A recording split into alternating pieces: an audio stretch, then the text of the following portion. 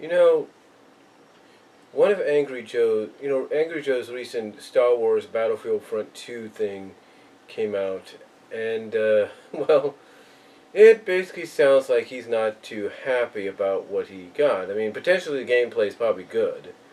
There's no doubt about that, but the one thing that's always bugged someone like Joe Vargas, Angry Joe, along with anybody else, is the fact that it seems companies like distributors, game companies like EA, feel it's necessary to um, charge for extra microtransactions. Well, basically, charge for extra. Even if you get the super deluxe versions or whatever, they always feel that there's a need to add to more of that. Like they can't have enough. And it's not just EA either. There are companies out there like 2K, even WB Games doing WB Games, you name it. EA, WB, WB Games, Activision, you name it. Any video game distributor out there, and I can even look at my game collection right now and kind of give you an idea of what I mean. Let's see, what do we got here? We got Sega. We got Sega. We got Square Enix. We got, like I said, WB Games, NetherRealms. We got Bungie. Again, Activision, 2K. What's this one? Bandai.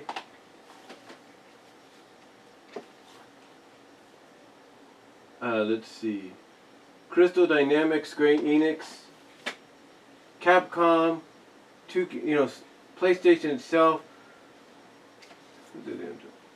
Naughty Dog, Battlefront from 2K, Overwatch from Blizzard,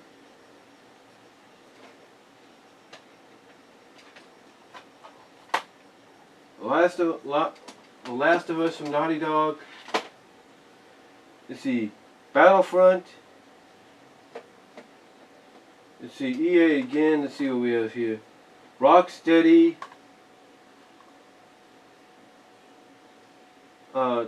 Telltale Games. EA again with Titanfall. And Mirror Edge. And then of course Activision with the Call of Duty series. All these publishers, and if not more so, feel it's necessary to charge extra for what you've already paid, even if you get a deluxe version. But the question is, why?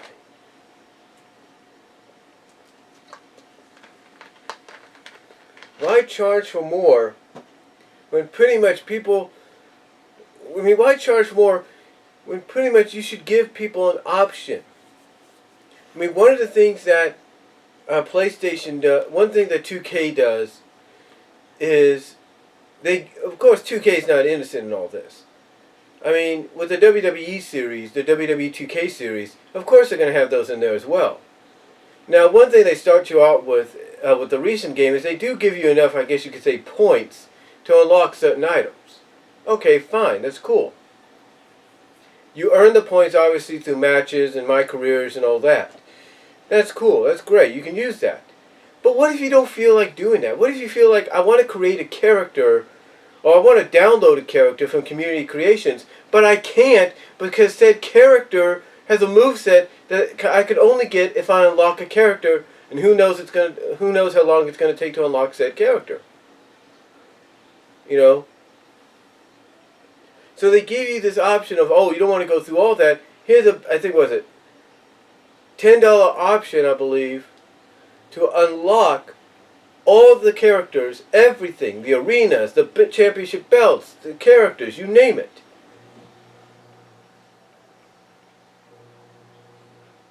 The question is, so the thing is, 2K's not innocent in this. They're not. And that package that allows you to do that's called Accelerator. Yeah, even to excuse me there. Yeah, excuse me. But again, why do you have to go through all that just to create a character or create an arena or whatever? Why do you have to do that? You don't. One thing that the WWE games did when they were under the THQ license, and I think even at the beginning of 2K, is they gave you they gave you a code at they gave you a code when you bought the game. You open up the game and there's a little slip inside, right? That shows you how to control the game and everything. Well, on the back of that, you also got, on the back of one of those, you got a code that you were able to use to unlock Season, to unlock Accelerator, to unlock basically anything, the major portions that you needed. You didn't have to pay an additional $10. And now they're even charging people to pay $90 for a whole deluxe version of the game, so you get everything right off the bat. But you know what I found out? Even if you get that, you know what I saw?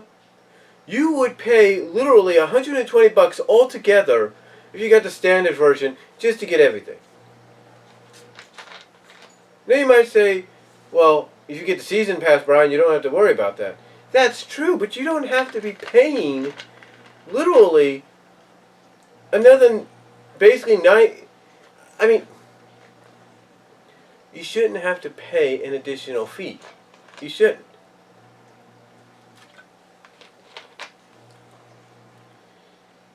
And that's what's crazy about this. These microtransactions, as Angry Joe puts it, only exist so that the companies can get their hands on more greedy money. I mean, seriously. You couldn't just give us... we already spend $60 on a game. You couldn't just give us a code like you did in the past to let us unlock certain portions of the game we want, that we want to unlock? Instead of coming out and saying, oh, you buy this edition, you get everything. You just buy this, you got to pay more. Because when you look at it, in a sense, when you buy the game, you buy the season pass, you buy the accelerator, you know how much that is right there? That is $40 on top of $60, which is $100. $100. Why is this necessary? You know why I think microtransactions are put into games? I don't think it's just the game publishers. No. I think it's the people who license out certain properties for these games to be made into that want that money. Think about it this way. You think Lucasfilms, which is a division of Disney, you don't think Lucasfilms convinced people at Disney, hey, let's get some extra money out of let's get EA to get some extra money out of the people that buy this stuff? Of course they do. You think WWE doesn't go to 2K and say, hey, go this direction, we get some extra money out of people? Of course they do. The point is, microtransactions are not necessary. I understand paying maybe $7.99, $4.99, or $5.99 for DLC characters and DLC downloadable content. I accept that, because that's reasonable. But I do not need to pay an additional $29.99 for a season pass to unlock everything, so I get all the DLCs and everything for free. I don't need to be given that, even though I'm probably going to download it anyway.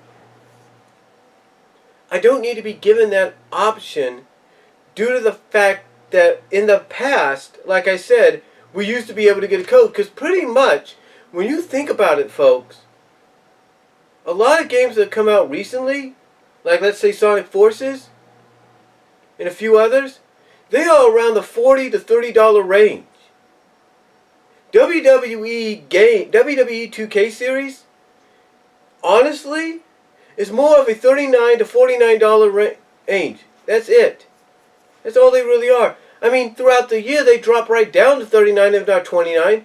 So the best average price of them is $49 to $39, period. Because here's the thing. They can sell you all this, oh, buy the deluxe version, you get everything right off the bat deal. But here's the deal. With deluxe versions, you're still going to have to pay. There's no doubt.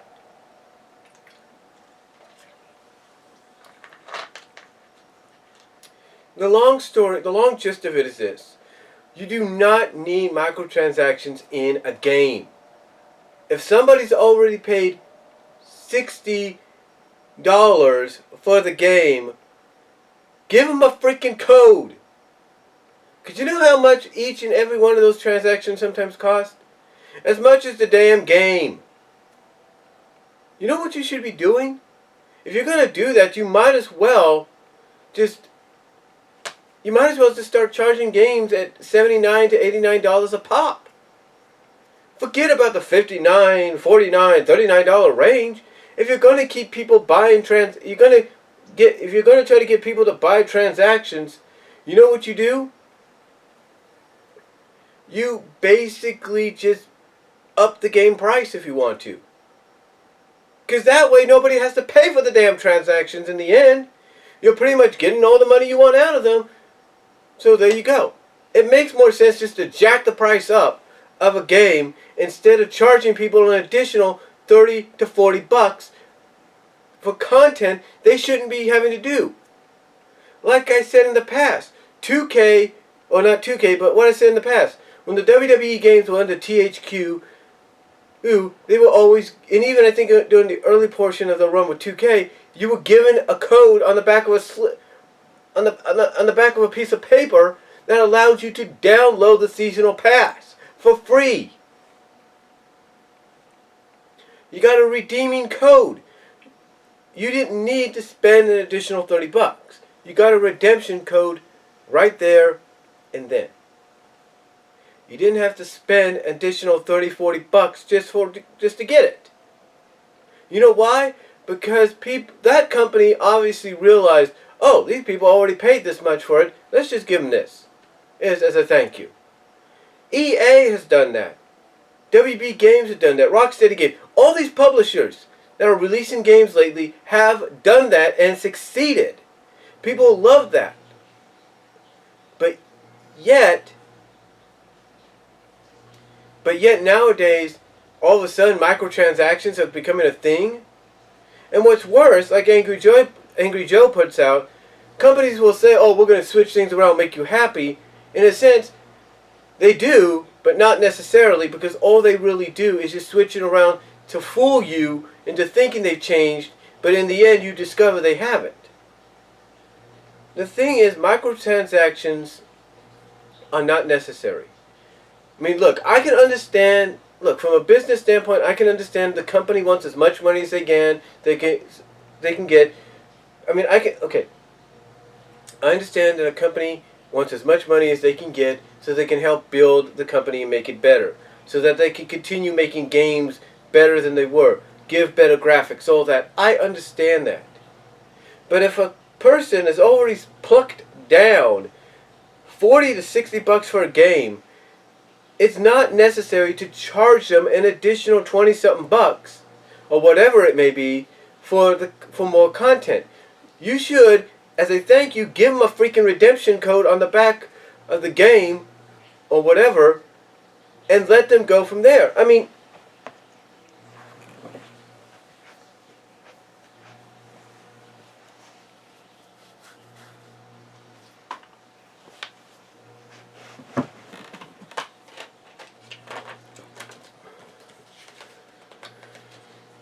when you open something like this, there used to be like a code on the back, right? There used to be a code right on the back, like right here. Like right here used to be a code. And you know why they gave people codes like that? So they could download the stuff without having to pay extra. The point is, you should go back to that. You're already making money off the sales that you're getting with said games. And you're even getting more money if people decide to get the deluxe packages, or even the special editions that come with figurines or whatever. People are already spending money in doing that. You do not need to charge people any more than what they've already paid. If anything, like I said, you should give redemption codes to them instead of forcing them to pay an additional 20 to 30 to 40 bucks. Because in the end, when you think about it, when you look at things like starter packs, auxiliary packs, seasonal passes, you're looking at $30, $40, $50 on top of the $60 they've spent already. You're looking at $110 to $120 more than what they'd be paying, more than necessary. Heck, even people that buy the deluxe version, like I said, of special editions, are probably going to get the same charge. And guess what? It's because the publishers, the companies that distribute these games, make these games, are too greedy. They're either too greedy, or in their minds, they're doing it because it helps build the company. It doesn't make sense. It really doesn't. The thing is, microtransactions, they have a place. I'm not going to say they don't. But they only have a place if it's needed. If a publishing company, a video game publishing company, is already making millions of dollars, thousands of dollars off the sales of a game, standard edition, deluxe edition, whatever, then they shouldn't have to charge an additional fee of 20 to 30 to 40 bucks of more 40 bucks for people to play for the consumer, the gamer, to get the true fullness, epic fullness of the game. They shouldn't have to do that. Instead, they should just give them a code and be done with it. Because they're already making plenty of money, you don't need to make any more. So are microtransactions needed? Not really. And I have a feeling someday down the line, someone, I think I've said this before, is going to step up in the video game industry and say, enough's enough with these. We're already making a lot of money. Let's give these people something in return as a thank you, and that's going to be when redemption codes come back. Guarantee it. Let me know what you guys think down below.